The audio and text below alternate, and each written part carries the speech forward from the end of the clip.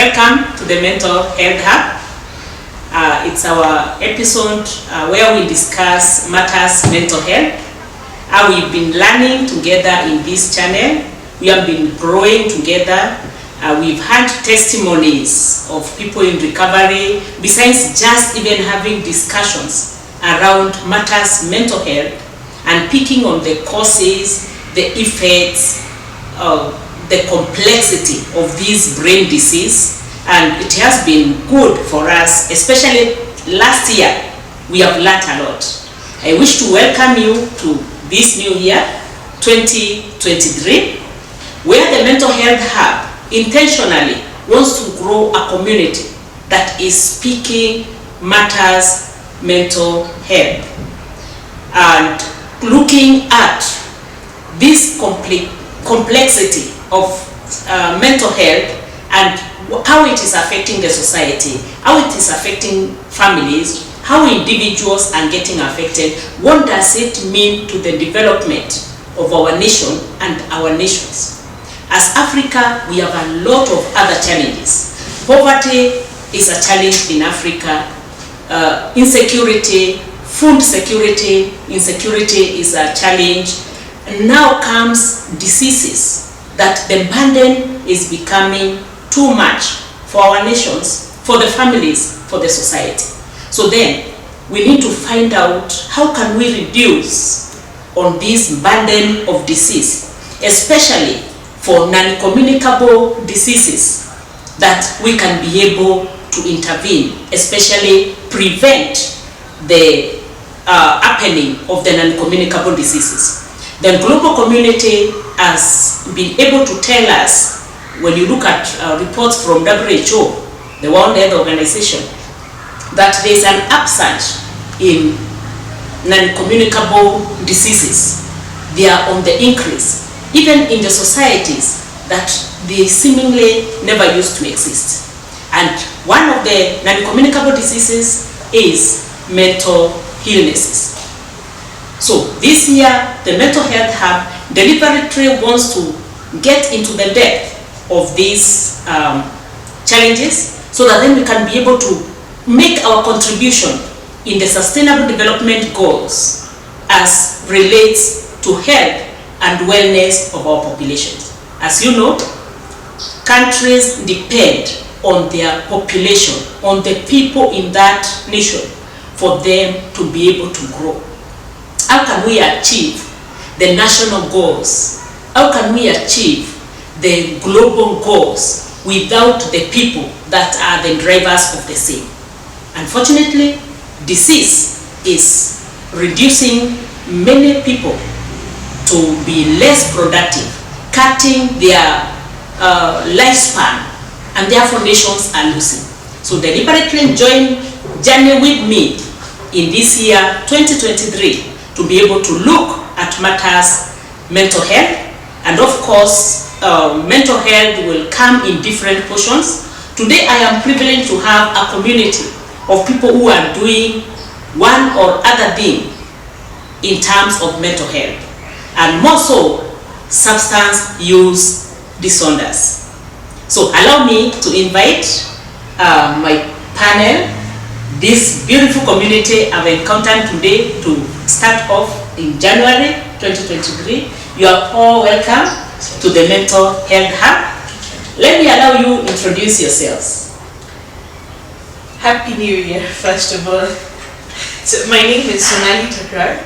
I am a counseling psychologist, and I work with the Addictions Prevention and Rehabilitation Association of Kenya, that we call APRAC. Currently, we're focusing on the prevention. That is where my main focus is. And I'm very glad to be able to have this conversation with you, because mental health is something that really needs to be talked about. We need to put the stigma aside, and we need to come down as the entire community to talk about it, so that we're not having people who are keeping quiet when they need help. Thank you. Happy New Year. Okay, I'm Gina Njiko Kihara, or Shiko Frank. I am the CEO of Safi and Shine Essential Cleaners. We offer cleaning services.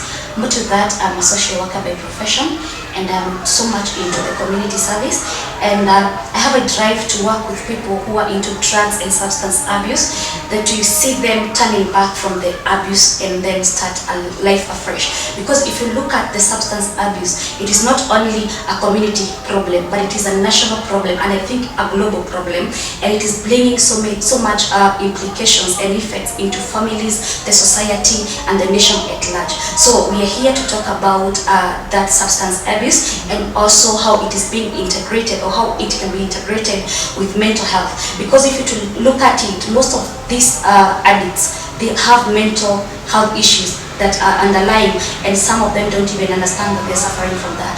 So I'm glad to be here and to be part of this conversation. Welcome, Chico. Thank you. Happy New Year. My name is Narsaid. I'm a country music radio host at Reggae Region, and I also host country music at Country Music Cafe. Substance abuse has really messed this country, the society, and also the family fiber. If you look at the economy, it's stagnant.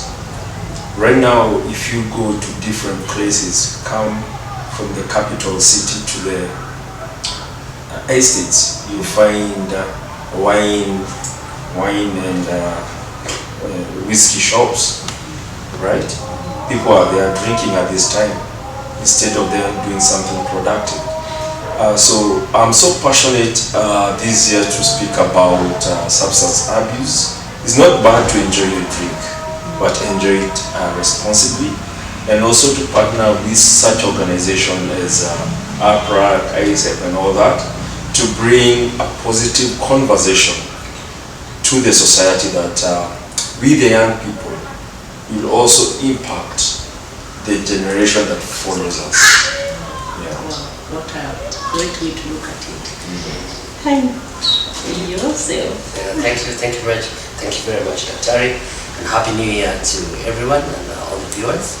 I'm also very excited to start this new year in this kind of forum, to look at the mental health issues, join the mental health hub, which I look forward to watch, listen as we grow into attempting a lot of interventions that we need to put in place, the discussions that we need as we move forward in the coming day. I see the relationships between communities. I'm happy to hear that you have brought to us today among the panelists who are into radio and working with communities in dealing with these matters.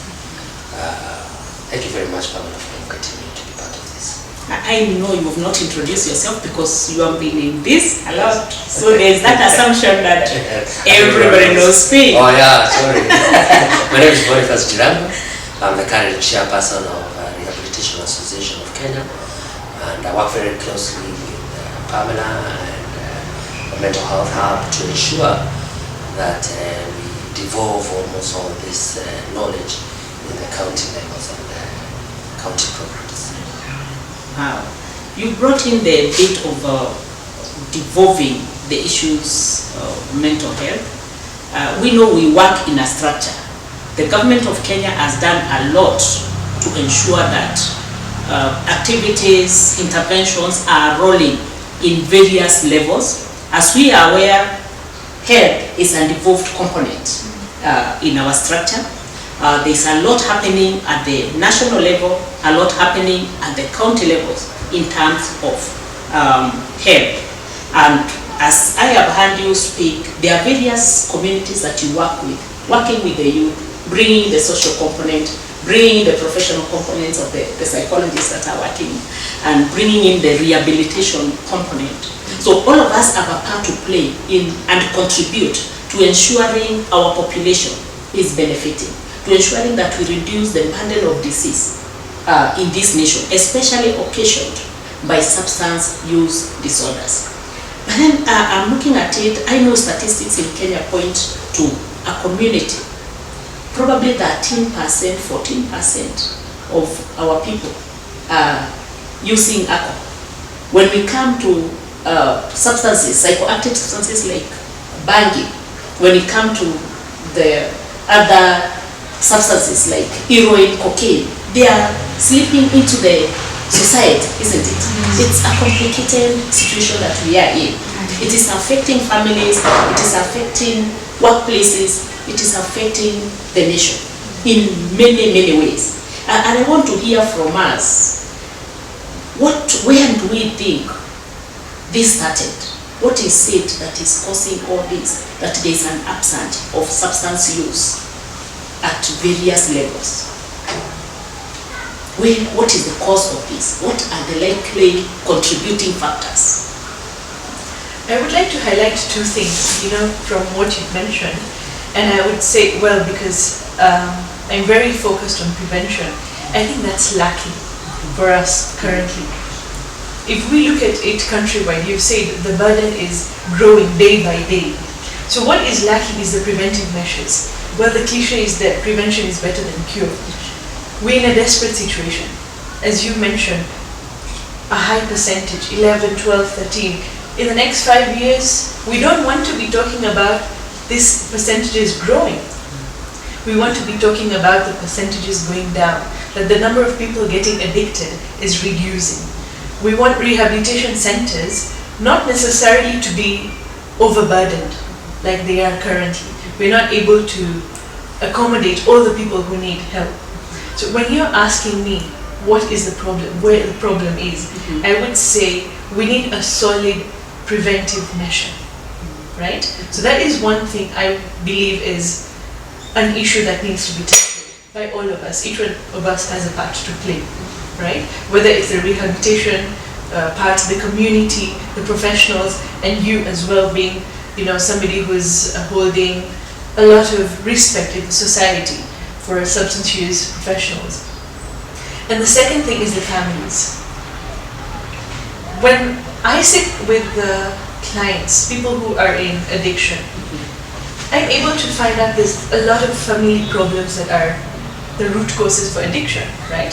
And then there's one thing that was, in conversation, I was in conversation with Chico before we started this, and we were talking about somebody going through rehabilitation, the 90-day program, and then they go back home, back to the same environment, back to the same house. So I believe when we're asking again, why are addictions growing in number? I think it's because the families are not being involved in the treatment and rehabilitation. It is something we need to do. If my family getting psychosocial counseling at the same time will enable me to have a better recovery. Okay? And a lot of the addictions we're seeing are not just the first time. We're talking about relapses, right? That's why the numbers are growing. So if we are able to handle these two issues, the two problems, that there's a lack of prevention programs that are very solid, that are going down to the grassroots levels, and the second is involving the families in the whole treatment and putting in now psychoeducation into perspective, then I think we'll have answered your question from my perspective. Yeah, maybe we can hear what she says. What do you think? Thank you, Dr. I think I'll support what she had just said, that we're lacking prevention measures that are solid. Because if you want to deal with a problem, you need to uproot the root. So we're not getting to the bottom of the issue. So we have families that we don't treat together with the addicts. So another thing we also have, I think, the social problem aspect of it. In a society like today, you can find a drunk man sleeping on the trenches. They are dead drunk, and they cannot even hear any emotion around them. And the picture that is implying on the children that are growing up, it is something that if those children grow up seeing that, it becomes a normal, a norm. So they grow up knowing that this is not wrong. So drinking and sleeping on the trenches, it is not wrong. Also, I think we have a problem with the way the children are being brought up, the upbringing. So a child who grows up in a family whereby the dad or the mother or both of them are into addiction or into alcohol, these children will have a very bad childhood. They will face abandonment issues because they're not getting the support from their parents, and also this child growing, they might end up in the same cycle. because they've grown up seeing that. So psychologically, it has an impact on them. Socially, it has an impact on them. So I think if we get to the preventive measures, that is where I think we can be able to stand in a place of dealing with this fully. Okay, Shiku, you have brought in the component of the family. Yeah. And of course, the young people that we are seeing today using substances. When we listen to the statistics that are coming out, we have 4-year-olds who have initiated use of alcohol, who are taking cigarettes. Some of them probably already using heroin and cocaine. So I am hearing your bit of the family and trying to wonder, Nash, what does this mean to the youth? Where did the youth? Where did we go wrong? I think when I was growing up, we learned I did the 844 system, where in our GHC we were told that the family is the most basic unit in a society. It was as simple as that. Then we come to Shiko's psychology, where we are know-it-all generation and we've normalized. You get? I'll give you two of you. After college, I really wanted to know what was this about Days of Our Lives, the program that used to come on KTN. The Bold and the Beautiful. And we had Vioja Mahakamani and Vituko. The Vituko would even be played at 7:30. It had lovey-dovey, but it was Africanized. It was a family setup. Normal, we'll see even Zeojuang drinking, coming home. Psychologically, it will tell you. One of the Mamakayai will tell you, how can you drink and come home to, and expect food? So we grew knowing that the alcohol was bad. There was a program called The Bold and the Beautiful. I do not understand until today why our parents made us not watch it. I was an addict of The Bold and the Beautiful. But you see, there are programs that it was adult only.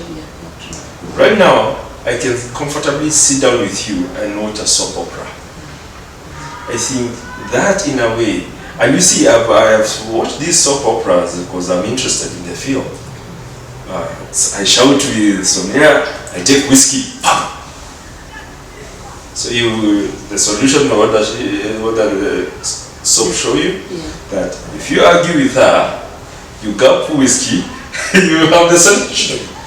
So we no longer have programs that speak to our generation. And I'm sorry to say this because I'm in it, and that's why I got my space to the media. Can I speak to my generation?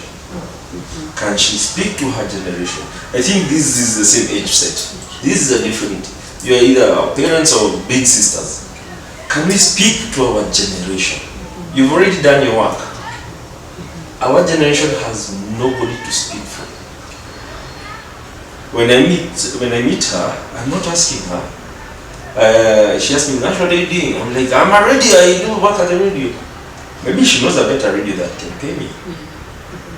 But that will not be a topic of discussion.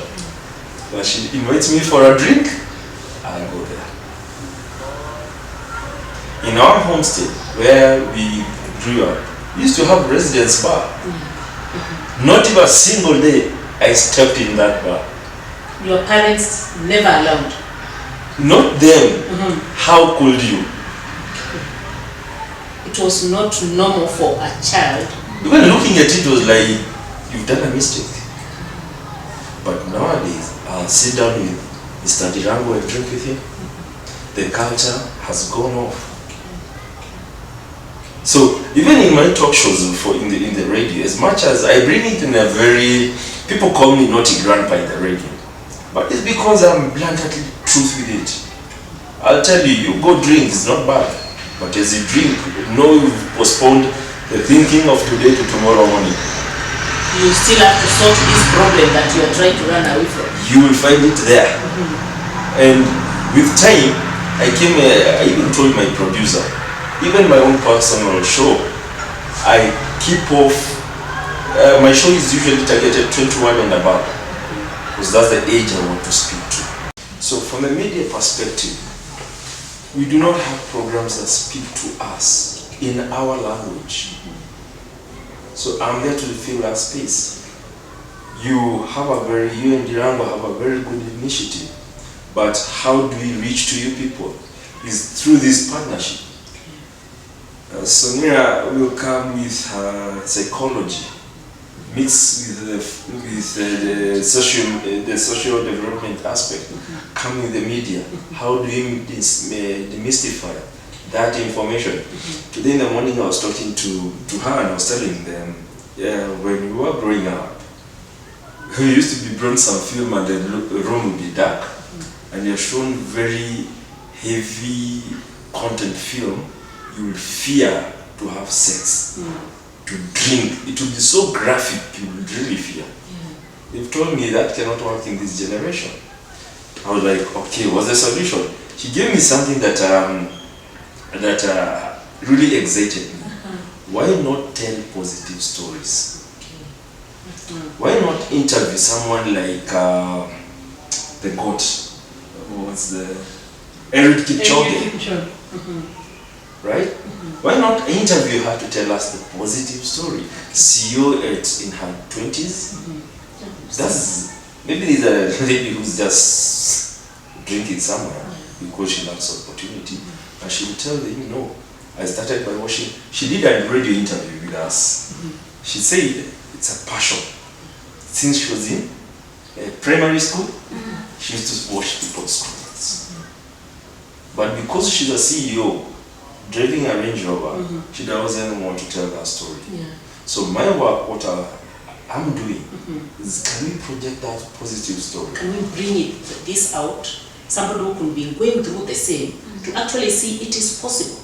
I can get out of this humble background and become somebody. And being a link. And substance use is not the solution. Yes, because if I called Boniface, I knew him through campaign period. One thing I loved about him is that I just gave him a social call. Hey bro, I have so and so is doing this. He was come over. When they've come, this networking has brought something in the future, will bear something in the future. What does that tell you? From this connection, when they are having talk show, they're speaking to the community, I record it, release it to the public. And then people will get positive information that can actually help them not to initiate substance use. So that's where we went from, where we stopped producing positive content. Okay. And when our young generation are looking at what is playing out there, of course they see as if this celeb is doing well, is driving a good car, is living in a big place, and of course there is some alcohol at the side there, and they say, okay, so even drinking is okay. I can actually become significant even with the drug, without realizing what else could be happening to this person behind the scenes. They are not telling the story, isn't it? So this story needs to be told in a positive way, so that then we can prevent abuse. Yes, and you see, these celebs, I think they've lied to us for a long time. Unfortunately, we've allowed them, us and people in the media. I'll tell you something, Daktari. In my show, we've started a Sunday show for country music. I want to go to the people who make 10 shillings a day. Tell me a success story in the simplest form. I want you to imagine this way. She has a forum somewhere in Kijiji, right? Where we just see you on TV. I saw Dirango on Ruto's campaign speaking passionately about addiction and rehabilitation.